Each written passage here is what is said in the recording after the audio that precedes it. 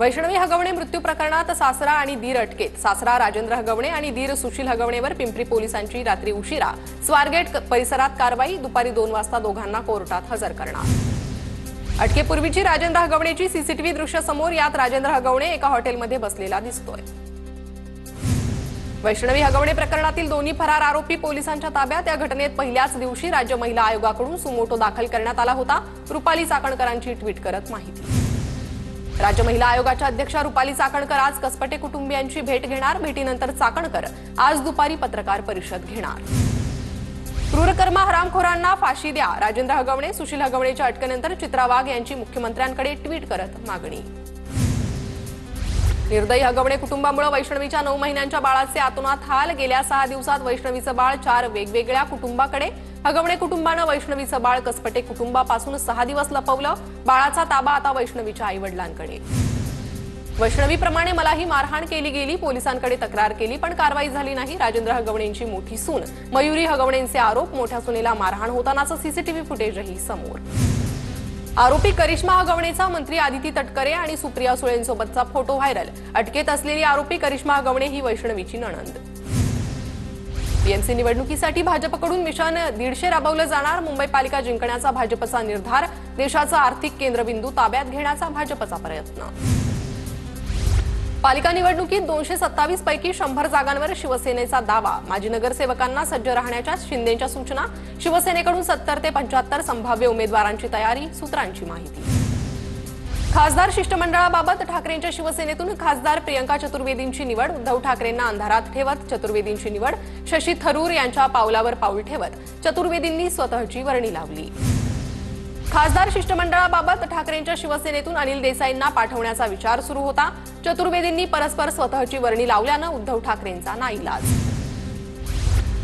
खासदार शिष्टमंडळातून पत्ता कट होण्याची चिन्ह दिसल्यावर प्रियंका चतुर्वेदींची फोन डिप्लोमसी। संसदीय कामकाज मंत्रालयाच्या संवाद अभावातून हे घडलं। चतुर्वेदींची प्रतिक्रिया। शरद पवार दुसऱ्या पक्षात जाताना पाहायला मिळतील। सुप्रिया सुळे केंद्रात मंत्री होऊ शकतात तर पुढच्या महिन्याच्या 15 तारखेपर्यंत उलाढाल होऊ शकते। शिरसाट यांचा मोठा दावा। मंत्री पंकजा मुंडेंबाबत आक्षेपार्ह व्हिडिओ तयार केल्याचं प्रकरण। एका विरोधात सिरसाळा पोलीस ठाण्यात गुन्हा दाखल। मतीन मणियार नावाच्या व्यक्तीविरोधात गुन्हा दाखल। केंद्रीय गृहमंत्री अमित शहा सोमवारी विविध कार्यक्रमांसाठी नागपूर दौऱ्यावर। नॅशनल कॅन्सर इन्स्टिट्यूटच्या स्वस्ती निवास भूमिपूजन कार्यक्रमाला शहा उपस्थित राहणार। बांगलादेशमध्ये पुन्हा एकदा मोठी राजकीय उलथापालथ होण्याची चिन्ह।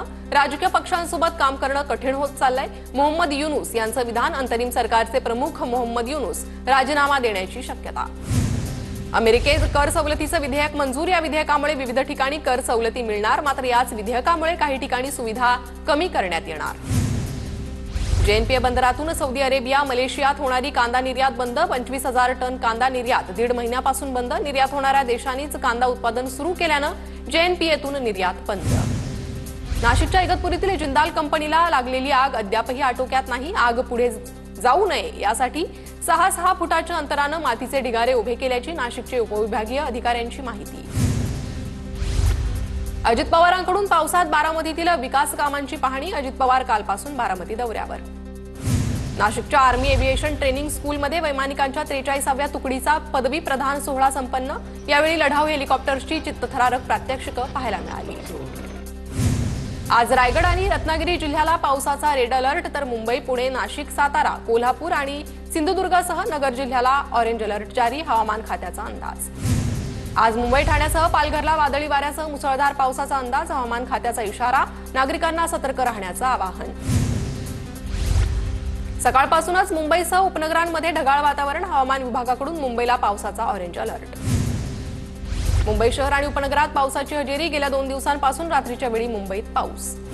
मान्सूनपूर्व पावसाचा भाजीपाल्याला तडाखा। वाशीतील एपीएमसी बाजारात भाजीपाल्याची आवक घटली तर भाज्यांचे दर 50% वाढले। कोकणात अतिवृष्टी। मध्य महाराष्ट्रात मुसळधार पावसाचा। हवामान विभागाकडून इशारा। राज्यात पुढील 2 ते 3 दिवस पावसाचा जोर वाढण्याची शक्यता। पहिल्याच पावसाचा कोकणातील घाट रस्त्यांची दुरवस्था तर आंबोली आणि गगनबावडा घाटात दरड कोसळल्या। लातूर जिल्ह्यातल्या निलंगा तालुक्यातील माकणीथोर येथील टरबूज, आंबा आणि टोमॅटो शेतीचं मान्सूनपूर्व पावसामुळे मोठं नुकसान।